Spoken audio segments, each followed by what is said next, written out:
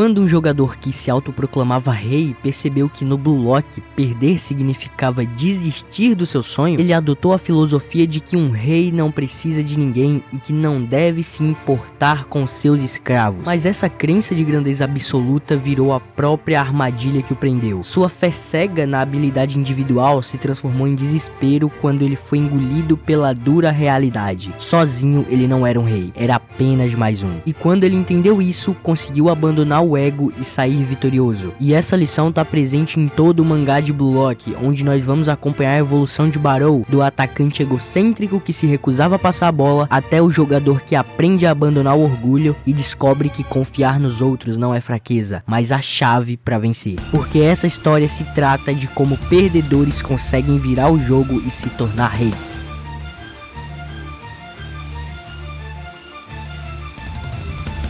Quando aparece na primeira seleção, Barou é um dos jogadores mais fortes do Blue Lock. Ele é rápido, tem um ótimo físico, dribla bem e seu estilo é o do atacante egoísta, que só pensa em fazer gols. E quando seus companheiros pedem pro Barou para ele trabalhar em equipe, a gente consegue entender melhor o personagem. Como se eu me importasse com isso, idiotas. Qual rei que se importa com seus escravos? Se orgulhem por terem chegado tão longe e façam o melhor para me apoiarem. Quando o cara do próprio time fala que o egocentrismo do Barou vai atrapalhar todos eles, nós temos a confirmação. Barou é arrogante e egocêntrico, o total oposto do egoísmo, que é o que o ego buscava nos jogadores. E daqui a pouco, mano, a gente vai entender melhor o contraste entre egoísmo e egocentrismo, porque por mais que pareçam duas coisas semelhantes, são completamente diferentes. Segundo a psicologia, o conceito de ser egocêntrico é uma forma de pensar onde a pessoa se considera o centro de tudo, acreditando que o mundo e as pessoas existem para servi-la e que tudo que acontece tem a ver com ela. E de acordo com um psicólogo suíço chamado Jim Piaget, a mente egocêntrica não sabe sair de si mesma. Enquanto o egocêntrico quer que o mundo gire em volta dele, o egoísta entende que o mundo gira com ou sem ele e decide girar junto no próprio ritmo. O Piaget, mano, estudava o desenvolvimento das crianças e dizia que o egocentrismo é uma fase natural. Crianças pequenas acreditam que todo mundo vê o mundo do mesmo jeito que elas. Isso porque elas ainda não têm algo que é chamado de empatia cognitiva. E o Barou no início é exatamente isso, um gênio preso no estado infantil do ego. Teve uma vez na escola que eu tava liderando uma campanha de marketing para um projeto de vendas onde cada sala ia competir para vender um produto e quem fizesse a melhor campanha ia ganhar a competição, tá ligado? E como na época eu já era meio bitolado por esse assunto, eu achava que sabia de tudo. Então eu comecei a querer controlar tudo, mano, a campanha, o design e até o jeito que o pessoal ia apresentar. E quando alguém discordava, eu pensava, que esses caras querem, mano? Eles não entendem nada, deixa que eu resolvo. Só que no fim, velho, a gente acabou ficando em terceiro lugar. E não foi por falta de ideia, foi porque eu tava jogando sozinho. Eu não tava liderando o time, eu tava tentando ser o time. E quando você tenta ser o time, mano, acontece que o jogo morre. E foi ali que eu percebi o erro. Eu não tava tentando fazer o melhor projeto, eu tava tentando provar que o meu jeito de fazer o negócio era melhor. Ainda na partida, ele intitula o Nagi como escravo com o argumento de que o Reo tá controlando ele como um peão, e ele é tão burro que nem percebeu ainda. Então o Barou prosfere as seguintes palavras pro Nagi: o melhor atacante do mundo sempre ficará sozinho no topo. Eu prefiro morrer a ser escravo de alguém.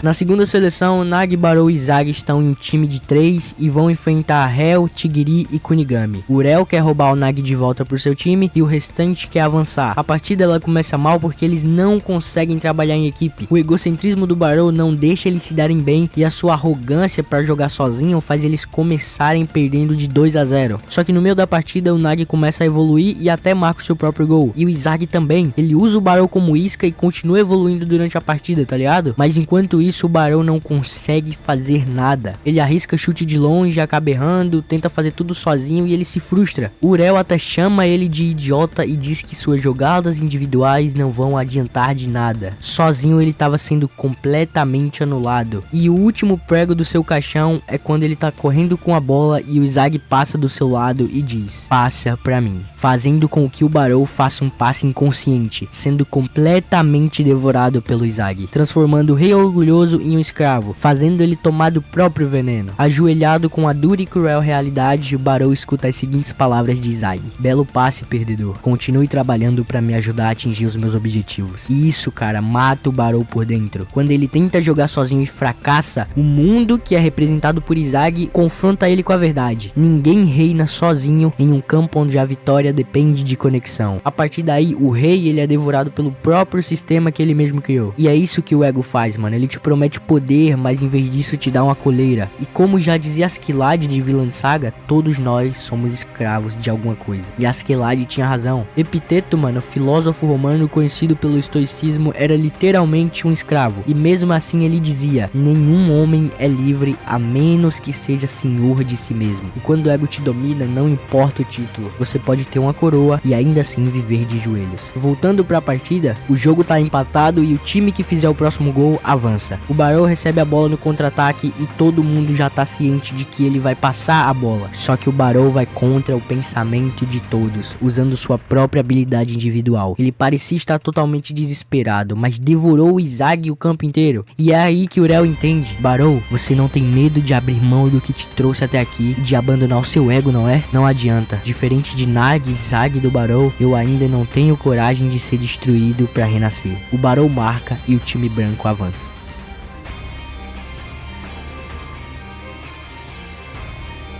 Após a vitória, eles roubam Tigiri e partem por 4x4 contra o time de Toshin, o número 1 do Block, onde eles acabam perdendo e tendo Izag roubado. Eles regridem por 3x3 e conhecem seus próximos oponentes, Nico, Zantetsu e um cara chamado Hiragi. Hiragi é amante do tarô e usa as cartas para rotular os seus oponentes. A carta que ele mostra pro Barou é o Enforcado, que significa treinamento, resistência e amadurecimento através das provocações. O Hiragi também é um jogador que reúne informações e seu modelo de pensamento é a base do seu futebol. A capacidade dele de juntar informações sobre os outros jogadores é o que faz ele vencer os jogos até agora. A gente pode ver isso quando o Tigre pede a bola e o Barou não passa. Hiragi diz que isso é típico do rei ditador. Diz que o Barou banco independente não concorda com opinião que não seja a sua. Ele já tinha essas informações, então o time de Hiragi começa ganhando o jogo. E para conseguir evoluir nessa partida, o Tigre planeja uma estratégia que ele chamou de Point Framework.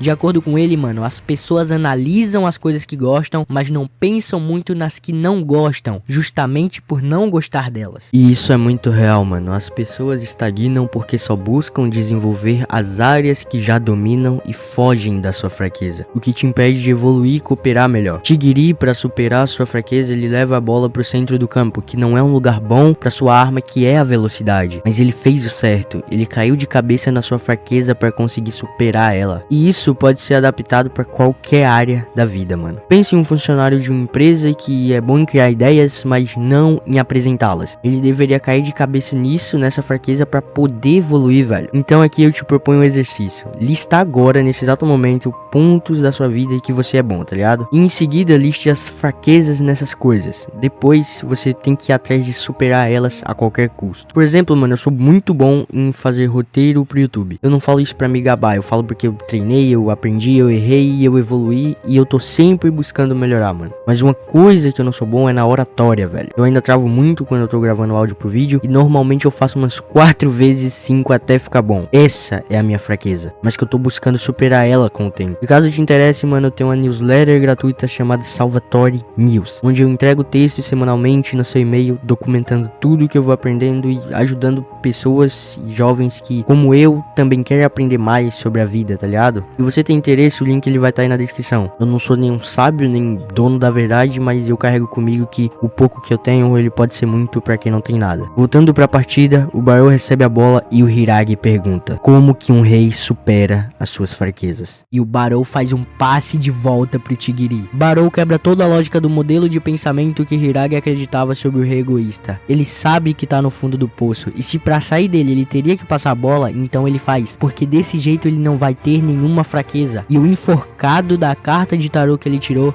era uma dica pro Zantetsu. Treinamento, resistência e aprendizado era demais pra ele. Ele não possui nada disso, por isso o seu destino é ser enforcado pelo Barou. Pra avançar no Blue Lock é necessário um ego tão grande o bastante pra sobreviver, mesmo que isso signifique se humilhar ou abandonar o seu próprio orgulho. Após destruir o orgulho, o Barou descobre a chave pro sucesso.